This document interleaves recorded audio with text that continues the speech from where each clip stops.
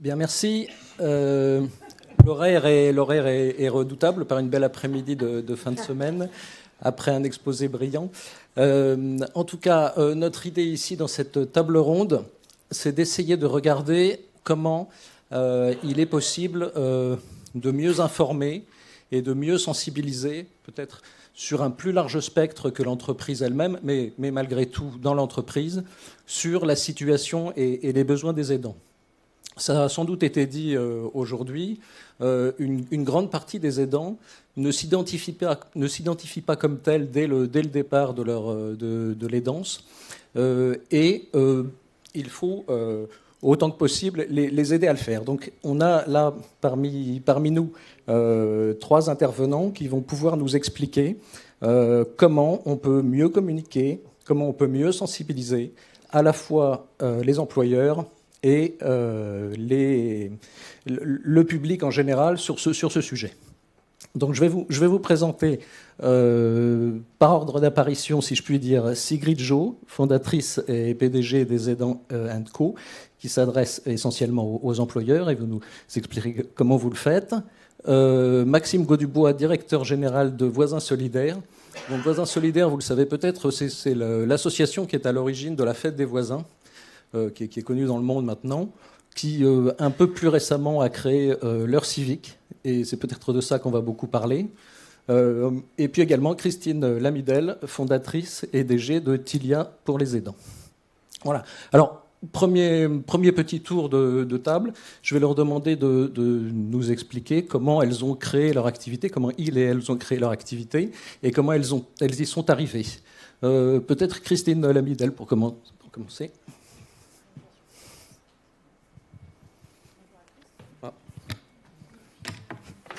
Bonjour à toutes et à tous.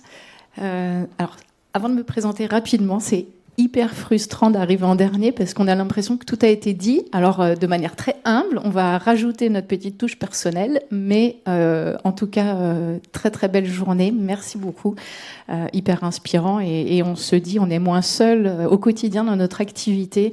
Il y a beaucoup de choses qui sont faites et c'est hyper encourageant. Je suis, pour vous le partager, intrapreneur chez BNP Paribas. J'ai créé ma structure qui est une société qui est détenue à 100% par le groupe, qui accompagne aujourd'hui les entreprises et les salariés aidants. Les entreprises, les organisations, les associations. Je suis aidante, j'ai été double aidante et c'est en ça où ma double posture va pouvoir éclairer, en tout cas par mon expérience. Je partage rapidement. Oui. Expliquez-nous rapidement ce que vous faites. En fait, ça fait 27 ans que je suis dans le groupe BNP Paribas. J'ai accompagné sur sa fin de vie ma grand-mère il y a une dizaine d'années. Et ce n'est qu'à ce moment-là que j'ai réalisé que j'étais aidante, en réalité, d'un de mes trois garçons qui souffre de troubles 10. En soi, c'est pas voilà, au quotidien, ça complexifie les choses, mais ça reste vivable. C'est pas quelque chose de très grave comparé à d'autres. Néanmoins, j'ai passé 10 ans de ma vie à temps partiel, ce qui m'a finalement coupé de certaines opportunités professionnelles, parce qu'à l'époque, il n'y avait pas non plus tous les dispositifs qui facilitent. Et donc, j'ai imaginé Tilia pour venir finalement apporter un tiers de confiance, un point d'entrée, un guichet unique pour faciliter finalement le quotidien des aidants dans l'identification des professionnels, dans l'agrégation des informations au travers d'une application.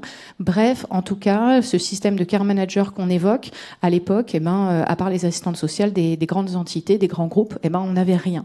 Et donc, les CLIC, les CCAS, finalement, ces établissements qui sont à disposition, néanmoins, sont pas disponibles. Donc, la réalité des faits, c'est que quand on est aidant, on est très démuni, c'est chronophage, c'est difficile. Et face à tout ça, on doit gérer. Donc, maman de 3 enfants, aidante de ma grand-mère, mon activité professionnelle, mon foyer, on doit faire avec. Très bien. Peut-être on va continuer avec vous, peut-être Sigrid Jo, pour rester sur le public des entreprises, puisque je crois que c'est aussi l'objet de votre société. Expliquez-nous également ce que fait les Aidants & Co. Exactement. Alors moi, je suis ancienne aidante. J'ai accompagné ma maman pendant 15 ans qui avait la maladie de Parkinson. Et en même temps, j'étais jeune maman et puis salariée à temps plein. Et j'ai vu beaucoup de choses dysfonctionner dans la société avec un grand S et dans l'entreprise. Et ensuite, j'ai décidé de m'engager à 100% pour les aidants et l'emploi. Et surtout, de faire en sorte qu'ils trouvent une information et qu'on comprenne ce qui se passe derrière le mot aidant et que ça arrête de faire peur, ou en tout cas qu'on puisse s'approprier ce terme. Donc en fait, j'ai créé trois choses, et je vais vous en dire deux pour l'instant. La première, c'est un podcast qui s'appelle Plan Aidant et qui donne la parole aux aidants. Parce que moi, ce que je voulais, c'était sensibiliser et puis faire en sorte qu'on comprenne qu'on vit des grosses galères quand on est aidant. Mais il y a aussi une manière de switcher et qu'on comprenne aussi qu'il y a beaucoup de positifs là-dessous. Et puis, j'ai créé les Aidantes & Co. Et les Aidantes & Co., effectivement, on va dans les entreprises pour les conseiller et faire en sorte qu'ils mettent en place des plans d'action qui soient vraiment au plus proche des attentes des collaborateurs aidants, bien sûr, mais aussi des RH et des managers. Donc, on fait de la sensibilisation et de la formation de toutes les parties prenantes. Et aussi, de plus en plus, on est interrogé pour co-construire avec les employeurs leurs accords d'entreprise pour les aidants. Et je trouve que ça, c'est un très bon signal. Très bien, merci. Et on poursuit donc avec vous, Maxime Gaudubois. Et là, pour le coup, on élargit un petit peu le spectre au-delà de l'entreprise. Alors certes, on est au Club Landois. Certes, une majorité d'aidants sont plutôt des 50-64 ans quand on lit les statistiques. Mais malgré tout, c'est important de regarder comment la société elle-même peut être sensibilisée et informée sur ces sujets-là. Et peut-être que des événements solidaires comme la fête des voisins d'abord il y a longtemps et puis peut-être plus précisément l'heure civique aujourd'hui peut accomplir cette mission. Complètement. Merci beaucoup. Moi, je n'ai pas fondé cette structure, je l'ai rejoint à sa direction générale, mais dans la fondation de la structure Voisins Solidaires et de la Fête des Voisins, il y a quelque chose qui vient toucher à l'aidance, puisque l'élément fondateur, ça a été Athanas Périfan qui s'est rendu compte que l'une de ses voisines était décédée depuis plus d'un mois et que personne ne s'en était rendu compte. Et donc, la question qui est fondatrice et qu'on porte aujourd'hui, c'est comment est-ce qu'on peut avoir plus généralement, en tant que société, une attention à l'autre, une posture à l'autre.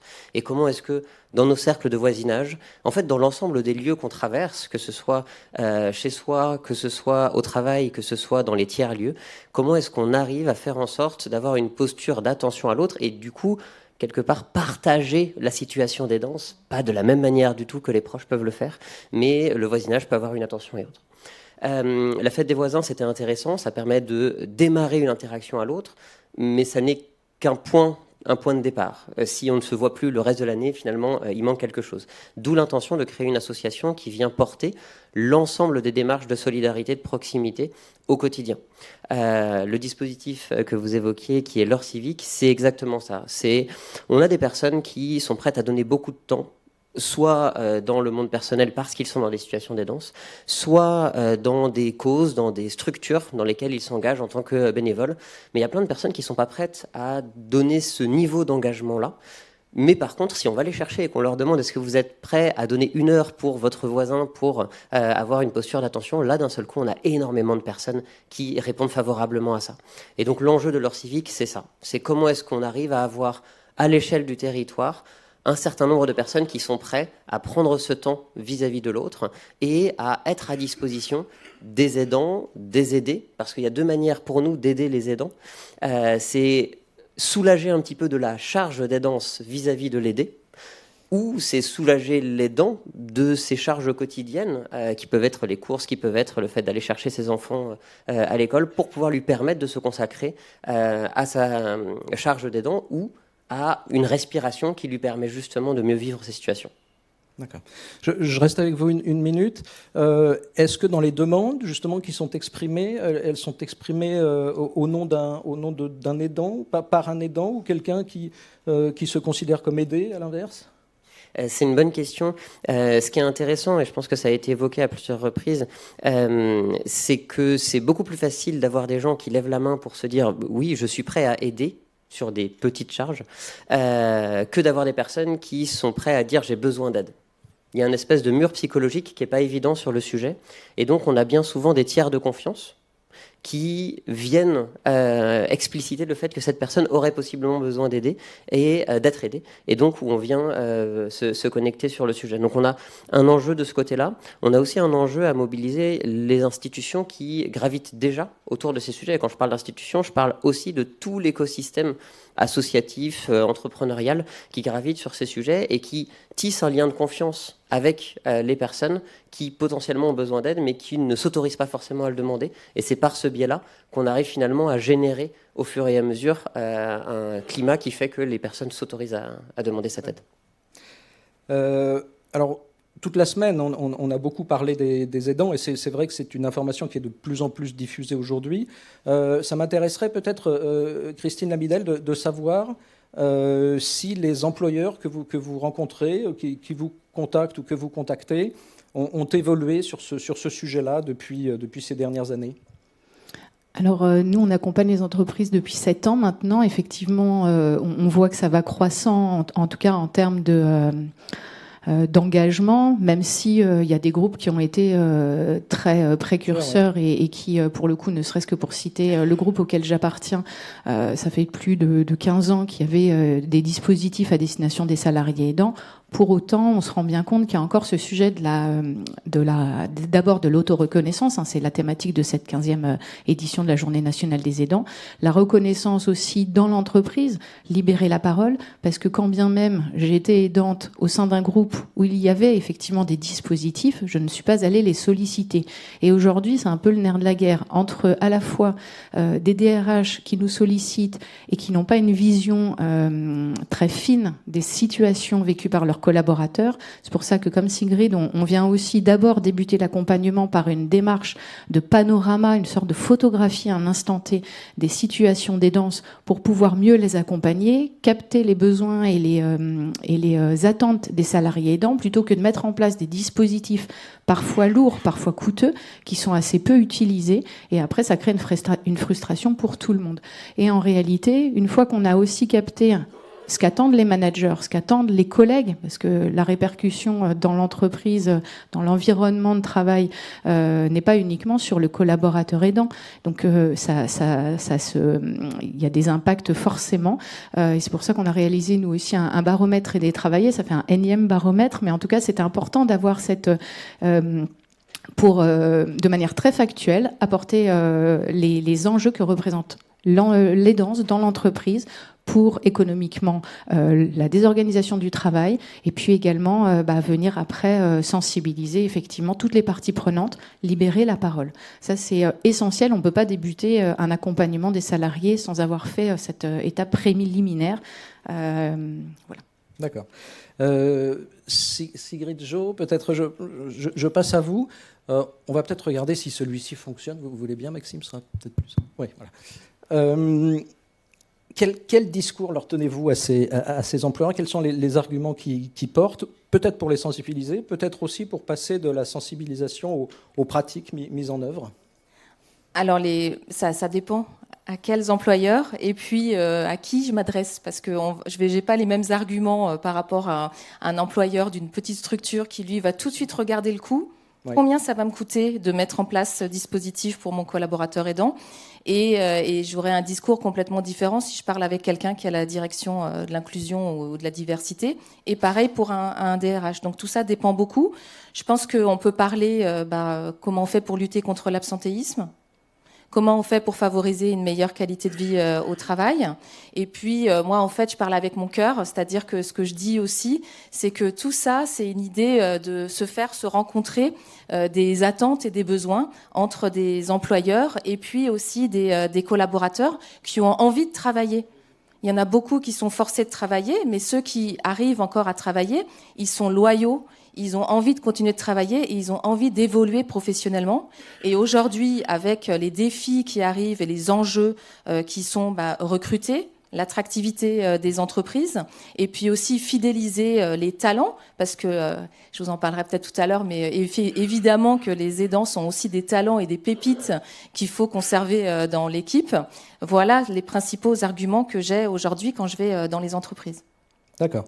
Je reste une minute avec vous. Le télétravail s'est énormément répandu, notamment depuis la crise sanitaire du Covid. Est-ce que ça modifie l'approche des employeurs? Voilà. Est-ce qu'il est plus simple de se dire qu'un salarié en télétravail peut aussi être un aidant quelques heures par jour? Est-ce que ça a simplifié les choses? Oui et non. Oui et non. Parce que télétravail, ça n'empêche pas les gens de travailler. Donc, quand on accompagne son proche et qu'on est en télétravail, on travaille.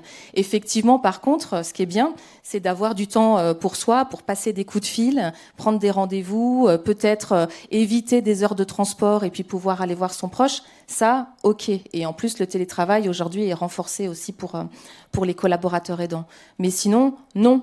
Il faut regarder, on a une palette de dispositifs et de moyens disponibles dans l'entreprise que là, il faut actionner, mais qu'il faut bien actionner en fonction vraiment des besoins du collaborateur et puis aussi du RH. Donc là aussi, c'est de la co-construction. Très bien. Christiane Amidel, peut-être, oui, sur ce point. Oui, je rejoins Sigrid, c'est pas la panacée, le télétravail. Quand à la sortie du Covid, les employeurs ont dit maintenant les aidants, c'est la solution toute trouvée, ils sont à domicile au chevet de leurs proches. J'ai envie de dire non, parce qu'on a bien vu quand il a fallu assurer l'école à la maison avec nos enfants, c'était déjà compliqué. Quand on doit prendre soin d'un enfant qui a atteint d'autisme, de troubles de l'attention, etc., c'est encore plus compliqué. En revanche, je rejoins Sigrid sur le fait que finalement, de pouvoir permettre dans certaines situations, une mobilité géographique, du télétravail, comme vous le disiez à la Poste, géographique au domicile du proche, ça permet d'assurer peut-être les repas avec son proche, d'assurer une présence et d'être tranquillisé en tant qu'aidant. Néanmoins, on se rend compte que, encore une fois, les dispositifs mis en place sont pas toujours utilisés parce que méconnus et qu'il est important de faire beaucoup d'acculturation, de rappeler ce qui existe et ce qui peut être activable.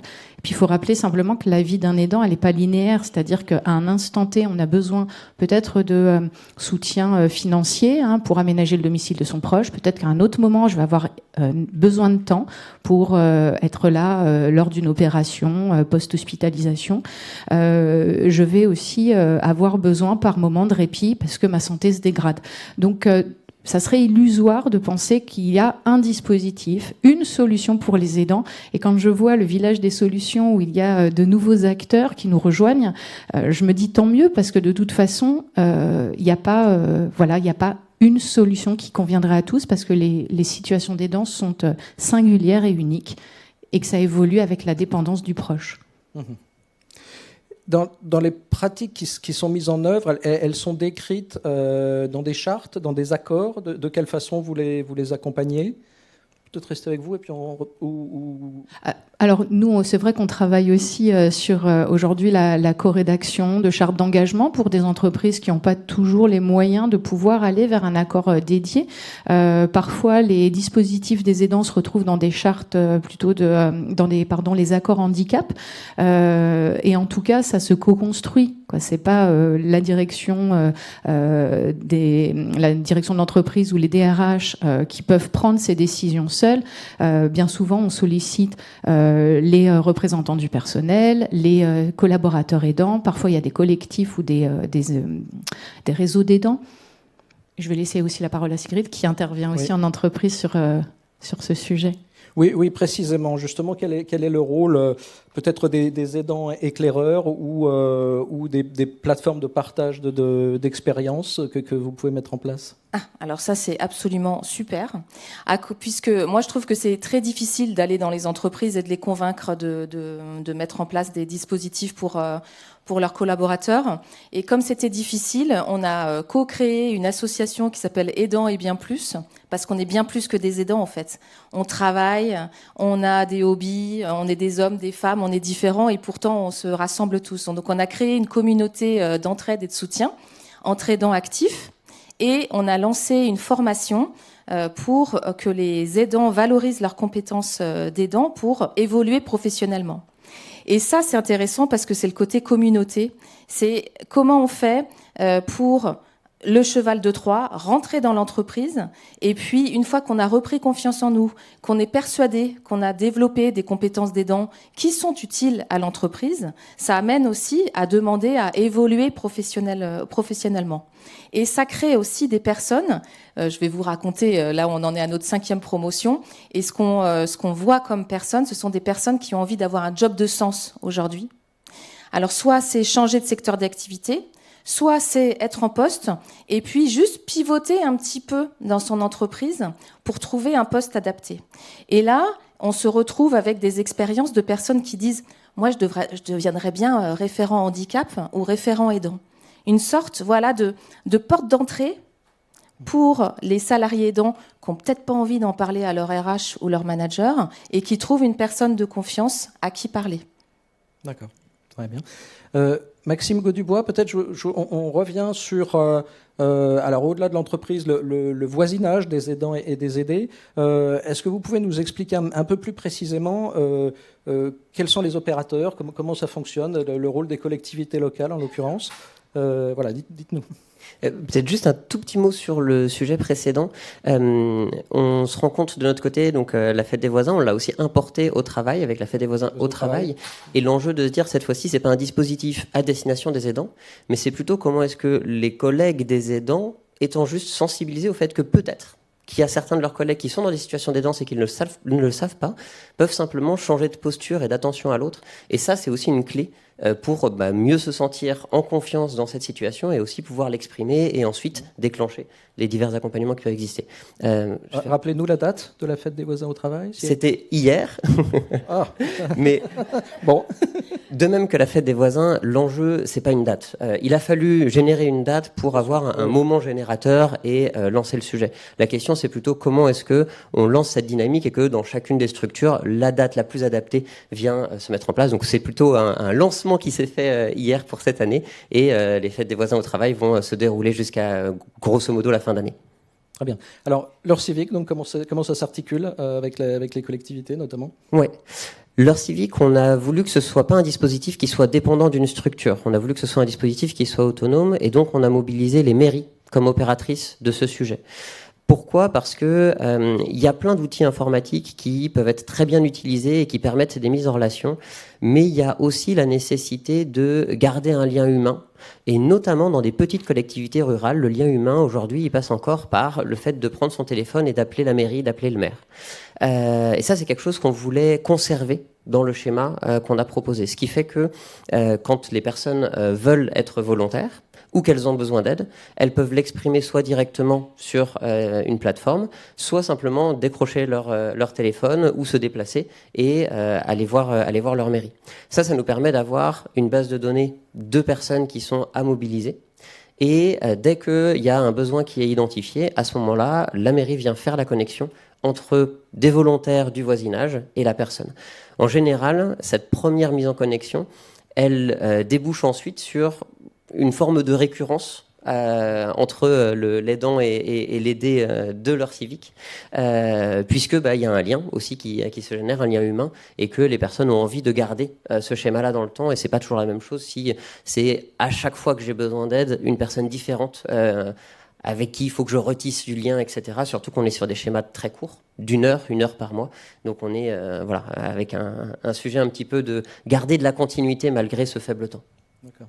On sait que généralement les retraités ont un peu plus de temps à consacrer à ces tâches-là et sont souvent plus assidus dans le bénévolat. Est-ce qu'il y a aussi une frange d'actifs parmi les bénévoles de l'heure civique ? Oui.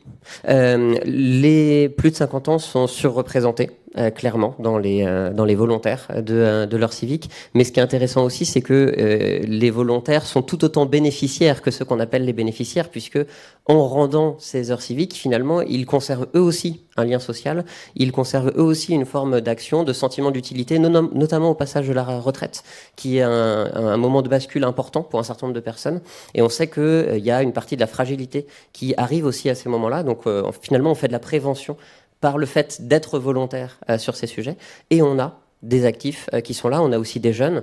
On a une heure civique collégienne qui se met en place avec, toujours sur la base du volontariat, mais des collégiens qui viennent se déplacer en EHPAD ou chez des personnes, mais du coup avec un dispositif d'accompagnement pour aussi qu'ils se rendent compte de c'est quoi les danses. Donc c'est de la sensibilisation sur ces sujets-là. Donc on a vraiment toutes les classes d'âge qui sont représentées, même s'il est vrai que les plus de 50 ans ont une forme de surreprésentation en pourcentage. D'accord.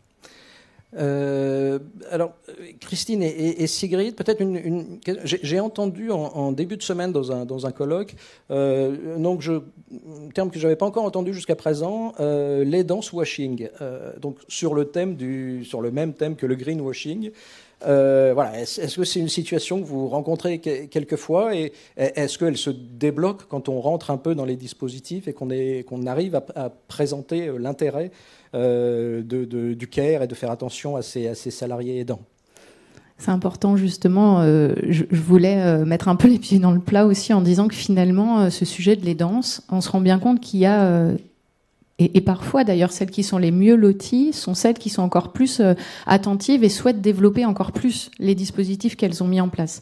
Alors que d'autres, finalement, on se rend compte, nous sollicitent parfois effectivement pour un peu cocher la case de dire je prends, je mets en place un atelier de sensibilisation, donc j'ai fait une action pour mes salariés aidants.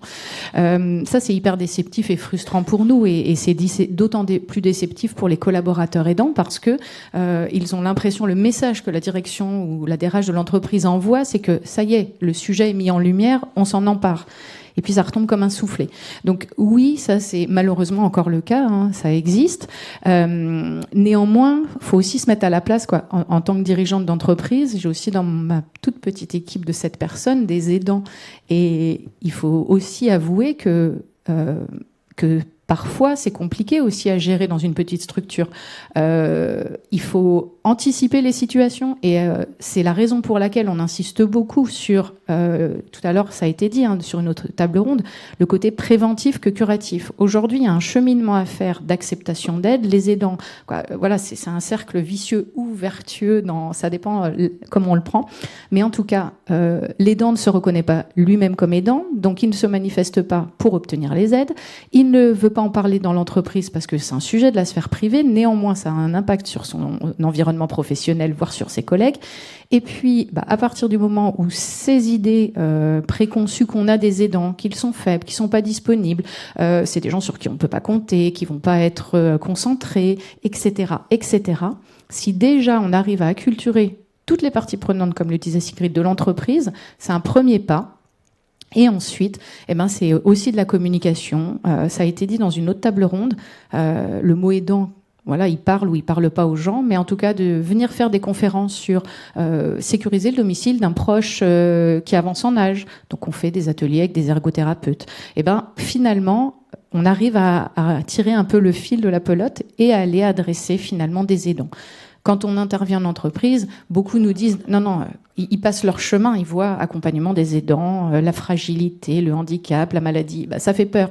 C'est pas très glamour comme sujet. On n'a pas envie de se projeter dans quelque chose qu'on n'a pas envie de voir arriver. Et c'est le même sujet que finalement les contrats de prévoyance.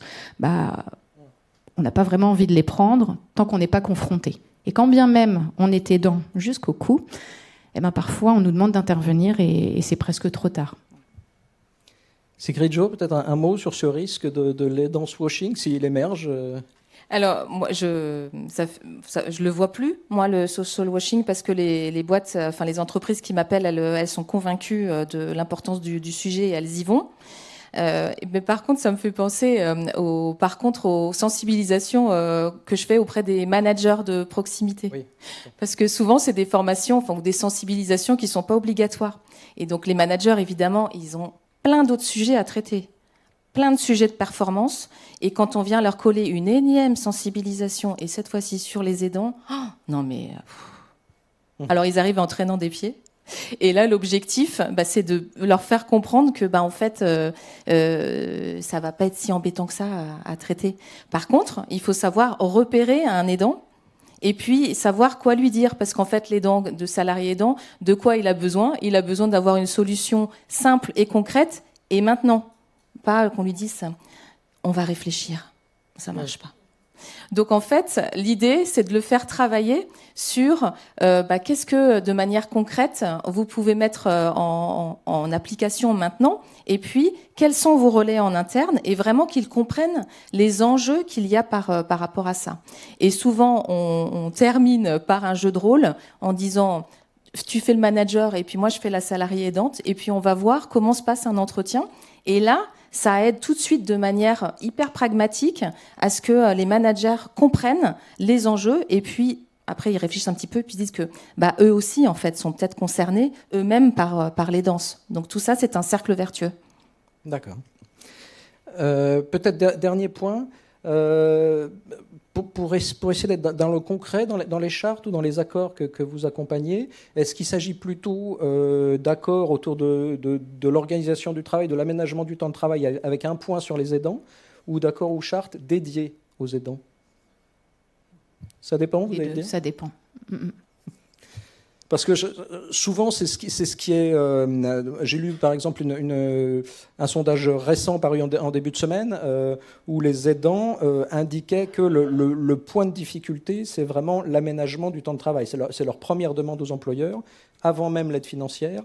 Voilà, donc est-ce que une façon de rentrer dans le sujet et de sensibiliser, de communiquer, j'imaginais que ça pouvait être de rentrer par l'aménagement du temps de travail pour tous, mais avec un point sur les aidants, sur le point particulier des aidants. Est-ce que c'est le cas ? Alors aussi, il y a parfois aussi des remarques de RH qui ont peur des biais, en tout cas de se dire que plus on va parler de l'aidance, finalement, plus on risque d'avoir de situations d'aidance. Voilà. Je vous partage simplement des situations qui nous ont été, qu'on a vécues. Et là, c'est simplement, à la fois en tant qu'aidante, en tant que ça, bon, c'est un peu difficile. C'est-à-dire que on a encore aujourd'hui des entreprises, des RH, des managers, comme le disait Sigrid aussi, qui traînent vraiment des pieds pour aller vers ce sujet-là, qui est un sujet pour certains vraiment de la sphère privée. Tout à l'heure, le témoignage du rédacteur en chef de Okapi, qui disait qu'effectivement, est-ce qu'il est plus bienveillant, moins bienveillant ? Je pense que foncièrement, on l'est ou on l'est pas. C'est pas parce qu'on va faire une sensibilisation, comme on le fait Sigrid et moi, sur justement, faut être bienveillant, la posture de l'écoute active, du manager, etc. C'est pas que pour les aidants. En réalité, ces messages qu'on passe, ça devrait être un bon manager. Il fait ça. Il est bienveillant, il est empathique et il détecte les signaux, que ça soit des signaux d'alerte pour un aidant ou une autre situation de fragilité. Bon, quoi qu'il en soit, c'est vrai qu'aujourd'hui, il y a des entreprises qui se sont, et ça c'est plutôt encourageant, c'est très positif, qui montrent justement le chemin aux autres, et je pense à AXA et à d'autres, et à La Poste, mais c'est vrai qu'il y a malheureusement aujourd'hui des RH qui veulent pas y aller et qui nous disent, oui, je vais avoir tout d'un coup beaucoup d'aidants qui vont se signaler, qui vont vouloir prendre un congé alors qu'ils s'occupent de leur grand-mère à 600 km. D'accord. C'est aussi la réalité à laquelle on fait face. Voilà. Très bien. Merci. On prend peut-être juste une ou deux questions, si vous voulez préciser un point avec certains de nos intervenants et intervenantes. Bon, ça paraissait suffisamment clair, j'imagine. Merci. Merci beaucoup. Merci à tous les quatre. Merci pour ces explications effectivement très intéressantes.